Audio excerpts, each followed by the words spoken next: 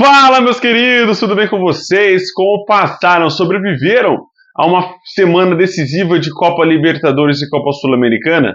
Bom, acho que muitos clubes não fizeram isso, né? Tivemos já clubes eliminados, clubes classificados. Então se inscreve aqui no canal para você não perder nada do que de melhor acontece. E havemos Papa, finalmente temos um Papa aí, o Papa Leão 14. Muitos clubes, né, leões aí.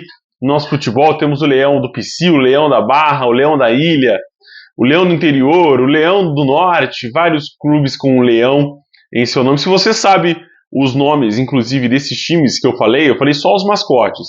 Então deixa nos comentários se você sabe todos eles, eu vou dizer quem acertou e quem errou, hein? Bom, vamos lá, meus queridos. Além disso, se inscreve no canal, deixe seu comentário também da sua opinião sobre esses jogos e, pô, curte o vídeo aí para dar essa moral pra gente, pra minha opinião, pra minha voz ser difundida aí por todo esse país. Meus queridos, vamos conversar então sobre os jogos do meio de semana, que foram os jogos da Libertadores e da Copa Sul-Americana. Tivemos uma semana mais pessimista no âmbito de vista de resultados. Tivemos mais empates e derrotas em 10 jogos, com 10 clubes da Série A do futebol brasileiro, e outras 4 vitórias apenas. Então, com apenas 4 times venceram nas competições, né, nesse meio de semana. Vale lembrar que todos os 4 times, se eu não me engano, venceram pela Libertadores. Não tivemos vitórias na Copa Sul-Americana, exatamente. Todas as 4 vitórias vieram na Copa Libertadores, ou seja, na Copa Sul-Americana, nenhum clube brasileiro venceu. Eu já vou falar mais sobre isso no final do vídeo, então fica até lá para você saber minha opinião sobre os clubes brasileiros e a Copa Sul-Americana, inclusive com o próprio Leonardo Jardim, o depoimento ruim que ele deu depois da eliminação do Cruzeiro. Bom, vamos começar então pelos jogos de terça-feira. O Botafogo venceu o Carabobo por 2-1, saiu na frente com o Vitinho, tomou um empate com a Ponte no segundo tempo e conseguiu colocar o time de novo na vantagem com o Cuiabano no finalzinho do jogo. Foi uma partida ok do Botafogo fora de casa, né? O Carabobo não era um time que a gente colocava nos planos que iria atrapalhar o caminho do Botafogo. Os próximos 2 jogos que o Botafogo vai fazer, inclusive os 2 em casa, vão ser mais cruciais, mais difíceis. O clube vai precisar vencer esses 2 jogos para classificar. É uma competição, uma fase de grupos que o time faz, assim como no passado, muito ruim, né? Na minha opinião, não dá pra gente passar pano para isso, esquecer isso lá no final, mas é uma fase de grupos muito ruim do Fogão. Mas eu acho que vai conseguir classificar sim. Não sei se já no próximo jogo consegue vencer, por exemplo, o Estudiantes. Eu acho que o Estudiantes sai como mais favorito do confronto do que o próprio Botafogo, mesmo que jogue em casa, mesmo que jogue no Newton Santos, no tapetinho. O Estudiantes tem mais time e talvez consiga ali pelo menos segurar um empate no placar, o que jogaria o Botafogo para o último jogo, né, para tentar vencer a Universidade do Chile. E aí realmente eu acho que o Botafogo vai conseguir triunfar. Mas é aquilo, vai depender, obviamente, já do resultado da Universidade do Chile contra o Carabobo, que ela enfrenta em casa, e depois o próprio resultado do Estudiantes em casa contra o próprio Carabobo, já eliminado, inclusive, da Copa Libertadores. Então, assim, o Botafogo se complica por conta do primeiro turno. Essa vitória fora de casa contra o Carabobo, assim como foi a vitória em casa contra o próprio time do Carabobo, para mim é determinante, assim, né? São 2 resultados, né? Tanto que são as 2 únicas vitórias do Botafogo nessa competição, mas são 2 resultados que colocam o time, deixam o time com vida, né? Com sobrevida nessa fase da competição. Mas vai precisar jogar bem, vai precisar jogar os 2 jogos e ganhar os 2 jogos e não depende mais de si mesmo para classificar. Óbvio que se vencer o Estudiantes no próximo jogo, ainda ali depende, mas enfim, não depende mais de si o Botafogo para classificar para a próxima fase. Passando para outro jogo da terça-feira, o São Paulo, já classificado, na minha opinião, vence o Aliança Lima fora de casa com 2 gols do André Silva. Foi um jogo bem copeiro do São Paulo, não criou muito, não se desgastou muito na partida, realmente conseguiu controlar muito bem a partida contra o Aliança Lima.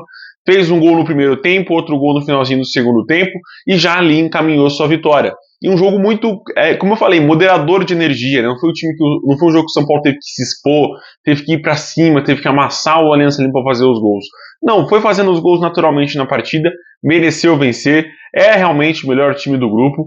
Não tem essa de, o São Paulo pegou um grupo difícil. Não, pegou um grupo bem mediano para para acessível, deve ali fechar a fase de grupos com os 16 pontos conquistados, porque, né, enfim, vai jogar os 2 jogos em casa, são times mais acessíveis, tanto o Libertad quanto o Talheres, né, em casa, então são times que o São Paulo consegue sim as 2 vitórias, por isso que eu falo que já classificou, cara. Acho que os times que vão encerrar os seus jogos em casa e não dependem só de si, o Botafogo, estão mais próximos de classificar do que os clubes que precisam, né, de outros resultados, enfim, ou vão jogar os jogos fora de casa.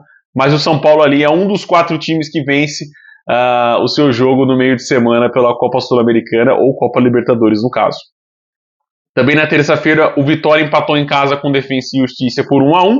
O Edu fez o gol do Vitória, perdão, o primeiro gol do jogo, e o Togni fez o gol do Defensa e Justiça, né? É um confronto que, assim, deixa o grupo em aberto, mais embolado do que aberto, e o Vitória, mais uma vez, esbarra no nervosismo. Vai ter que vencer o Cerro Largo fora de casa no Uruguai, difícil, né? Um confronto difícil, o Vitória, inclusive, perdeu em casa nesse duelo, se não me engano, perdeu, né? Deixa eu confirmar para falar que eu não tô falando isso. Perdeu em casa para o time uruguaio. São 3 empates e 1 derrota do Vitória. Vai precisar conquistar uma vitória ali fora de casa apertada contra o Cerro Largo, porque no último jogo enfrenta a Universidade de Quito. Mesmo nesse jogo, vai precisar vencer ou pontuar, dependendo dos jogos dessa 5ª rodada da fase de grupos. Então é um time que se complicou por conta do nervosismo, né, dessa questão de estrear numa competição sul-americana, internacional, né, com outros jogadores de outros países, se estreou nervoso, não conseguiu vencer ainda. É um time muito inseguro jogando dentro de casa, e esse empate, na minha opinião, está mais do que justo, visto que o Vitória fez um excelente jogo de ida, né, se a gente for analisar assim, o jogo de ida lá contra o Defensa na Argentina, mas esse jogo em casa foi desastroso, né, a defesa muito mal posicionada, errando demais, levou o gol do Togni no finalzinho do jogo. Na terça-feira tivemos talvez ali o Fortaleza selando a sua classificação para a próxima fase.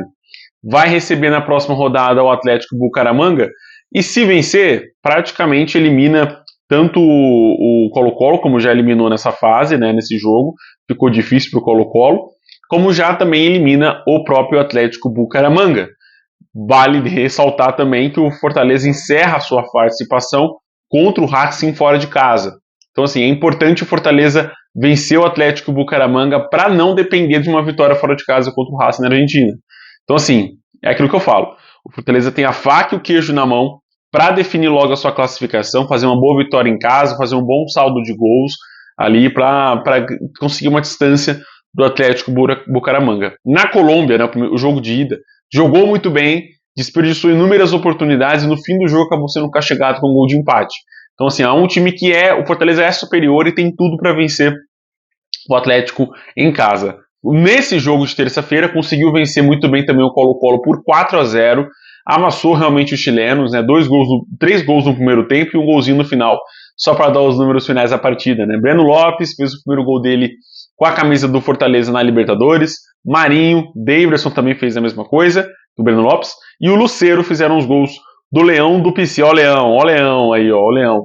Leão do PC contra o Colo-Colo. Bom jogo do Fortaleza, tá? Talvez, assim, disparado o melhor jogo do Fortaleza na Copa Libertadores. Na terça-feira também tivemos mais um time que se complicou, nesse caso o Corinthians, que empatou pela Copa Sul-Americana em casa contra o América de Cali da Colômbia. Foi um jogo ok, muito, muito ok do Corinthians, no primeiro tempo razoável, conseguindo dominar o América, mas mesmo assim tomando alguns sustinhos no finalzinho do primeiro tempo. Começa o segundo tempo já levando um gol de empate e ali em diante o Corinthians se perdeu emocionalmente, equilíbrio mental, se perdeu na partida e foi realmente amassado pelo América de Cali, que teve as principais chances de colocar o time em vantagem. O Corinthians no segundo tempo não foi assim tão dominante, conseguiu dar a bola para o América. No finalzinho ali tentou uma pressão ali, né, Bumba meu gavião ali na área, de cruzamento, bola levantada na área, não foi bem sucedido. E ficou esse empate no placar. O Corinthians se complica porque são 2 jogos fora de casa. E assim, se em caso o Corinthians não está ganhando, fora de casa também não deve ganhar. Mas vai jogar contra o Racing, né, o time uruguaio do grupo, que é o time que já está eliminado, né, então pode ser que consiga essa vitória, mas fecha contra o Huracan também fora de casa na Argentina. Confronto muito difícil para o Corinthians e que se complica, né? Dependendo do próximo resultado, por exemplo, o Corinthians já pode estar eliminado na próxima fase. Memphis Depay fez o gol do Corinthians, um belo gol, até, de fora da área, e o Navarro empatou o jogo no comecinho do segundo tempo, como eu falei. Na quarta-feira foi o dia que a gente teve mais jogos de Copa Libertadores e Copa Sul-Americana, 3 de cada, e começamos com a derrota do Bahia em casa pro Nacional do Uruguai. Foi a primeira derrota na história do Bahia na Libertadores na Fonte Nova. Então foi uma derrota significativa nesse sentido e também na questão de classificação, porque embola completamente o grupo. O Nacional vem de quase uma vitória histórica contra o Inter no Beira-Rio, onde sai vencendo por 3-0 e acaba levando um empate no final do jogo. E agora vence o Bahia na Fonte Nova por 3-1. Era um time que já estava quase que morto, eliminado da fase de grupos, mas renasce das cinzas para embolar o grupo de vez. O Bahia se complica um pouco, porque esse foi o último jogo em casa do time, poderia ter encaminhado a sua classificação com uma vitória em casa contra o Nacional, perdão. Vai jogar fora de casa contra o Atlético Nacional, que fez um bom jogo contra o Inter e tem tudo para fazer também um bom jogo contra o Bahia. E fecha a fase de grupos com o Internacional no Beira-Rio. Então, assim, são times difíceis, jogam confrontos equilibrados e que vão levar a classificação, acredito, até a última rodada. Porque tem tudo para, na última rodada, uma das duas vagas ser de Inter ou de Bahia. Mas é isso, né? O Jean Lucas fez o primeiro gol do jogo a favor do Bahia no segundo tempo. Legal destacar que essa virada, né? Esses gols aconteceram todos na etapa final. O primeiro tempo foi de domínio do Bahia, mas sem muita conversão. No finalzinho do primeiro tempo ali, o Nacional já deu os primeiros passos no ataque. Mas no segundo tempo, quem está na frente é o Bahia. Desandou, acabou levando um gol de empate, o gol da virada e o terceiro gol no final da partida. Morales, Nico Lopes, e inclusive esse gol foi muito bonito, e Milan fizeram os gols do Nacional em cima do Esquadrão de Aço. Também na quarta-feira tivemos o primeiro time na história do futebol brasileiro a levar 4 gols de um clube venezuelano. É o Vasco.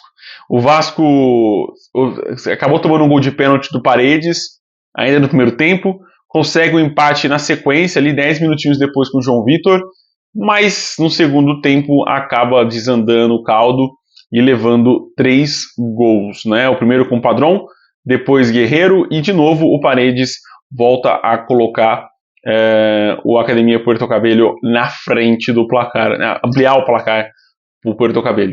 Foi um jogo desastroso do Vasco, se você for ver os gols, são todos de falhas individuais, falhas graves individuais, e o Vasco se complica, não deve vencer o Lanús fora de casa na Argentina, vai jogar a sua vida no último jogo em casa que tem para fazer. Acho que, se eu não me engano, contra o Melgar, né?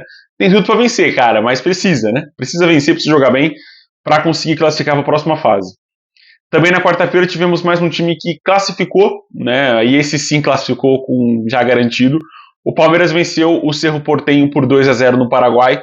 Golaços, né, de Estevão e de Vitor Roque. Vitor Roque, que inclusive desperdiçou uma grande chance na sequência que o Palmeiras fez 1-0, ainda no primeiro tempo, poderia ter encaminhado mais tranquilamente essa vitória, mas foi um bom jogo do Palmeiras, tá? Não tomou susto, não foi um jogo que a gente coloca que foi ruim, né, de questão de desempenho, foi bem honesta o desempenho do Palmeiras, conseguiu jogar bem, num gramado muito ruim, com uma torcida hostil, o Palmeiras conseguiu fazer seu bom resultado, é líder do seu grupo, nenhum time mais consegue tirar o Verdão do topo do seu grupo, mas agora busca a melhor campanha geral, podendo sair 100% da fase de grupos, com aproveitamento, né, de 100% na fase de grupos. Vai ter que jogar bola, cara, vai ter que jogar bola, porque são 2 times difíceis também, o Sport Cristal e o Bolívar, mas assim, cara, eu acho que um time que o Palmeiras depende só de si para ser a melhor campanha da Libertadores, ele não depende de nenhum outro resultado. O São Paulo chega no máximo a 16, se eu não me engano, mais alguns clubes chegam a 16, e o Palmeiras é o único que pode chegar a 18 pontos. Então, é isso, cara. Eu acho que é um clube preparado, que passou por um calvário ali na questão do Campeonato Paulista, para adquirir entrosamento, para adquirir questão de fortalecimento muscular, que vai ser muito importante para os clubes brasileiros ao longo da temporada, e agora consegue colher os seus louros com essa boa vitória contra o Cerro, encaminhando ali uma classificação para a próxima fase, vai poder jogar com um time ali alternativo, não sei se totalmente reserva, mas vai poder jogar com um time alternativo, porque assim, cara, a gente vai ter agora, semana que vem, de Libertadores e Copa Sul-Americana, Na semana do dia 20 e dia 21, Copa do Brasil, e na última semana de maio, aí sim, encerramos as participações de clubes brasileiros e brasileiros sul-americanos nas competições comandadas pela Conmebol. Boa vitória do Verdão, boa atuação do time coletivo do Palmeiras, tanto defensivamente como de ataque, consegue aproveitar e fazer esse 2-0 em cima do time paraguaio. Quem não foi bem foi o Flamengo, né? Por mais que tenha controlado o primeiro tempo, feito 1-0 com a Arrascaeta e tido muitas oportunidades, não aproveitou, acabou levando um gol no comecinho do segundo tempo com o Verón, um gol de empate, e depois do gol só deu o Central Córdoba na Argentina, né? O time foi melhor, poderia e merecia o gol da virada, o gol da vitória, mas o Flamengo volta com esse empate da Argentina. É um empate que deixa o Flamengo vivo na competição, não consigo classificar como um empate ruim. Óbvio que a vitória seria o ideal, mas o empate também não é ruim, porque o Flamengo vai ter 2 jogos em casa, e é aquilo, depende só de si para classificar para a próxima fase, não depende de outros resultados, de combinações e etc., porque, enfim, os clubes que estão brigando pelo topo ainda se enfrentam, então o Flamengo pode tirar pontos importantes e conseguir classificação para a próxima fase. Lembrando que o Flamengo encerra no último jogo contra o Deportivo Táchira. Então, assim, é um confronto que a gente coloca ali como vitória garantida, só vai depender do saldo de gols que for o jogo. Mas foi um jogo ruim, tá, do Flamengo, não vou passar pano. É uma fase de grupos bem abaixo do Mengão, do que a gente espera. Vai ter 2 jogos em casa, e esses 2 jogos tem tudo para vencer e classificar para a próxima fase. Na quarta-feira também o Grêmio empatou fora de casa em 0-0 contra o Atlético Grau, né, que é um time bem mediano para baixo ali do campeonato peruano, mas foi um jogo muito ruim do Grêmio, né? Criou muito pouco, é uma partida bem abaixo do que a gente espera de um time como o Grêmio.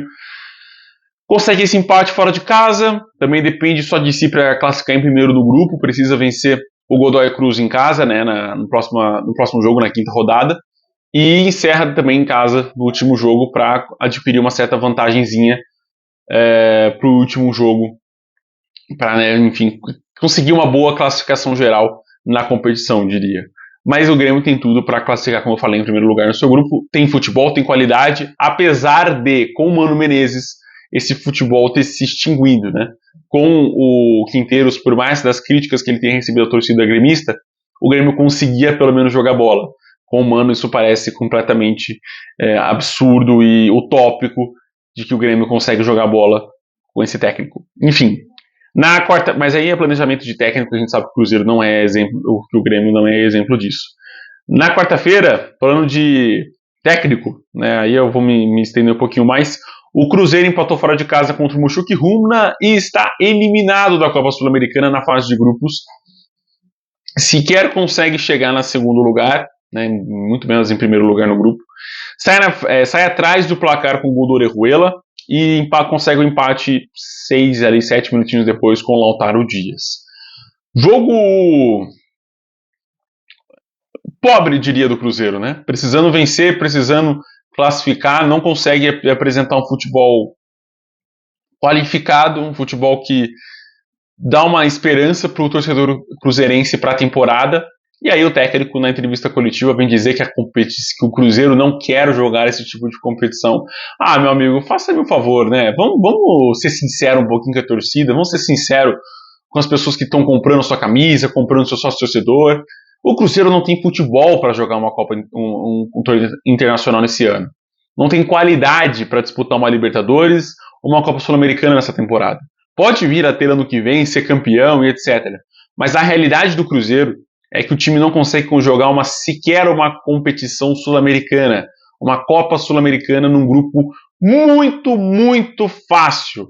O Cruzeiro caiu com o Mushuc Runa, completamente desconhecido, Palestino, e se eu não me engano...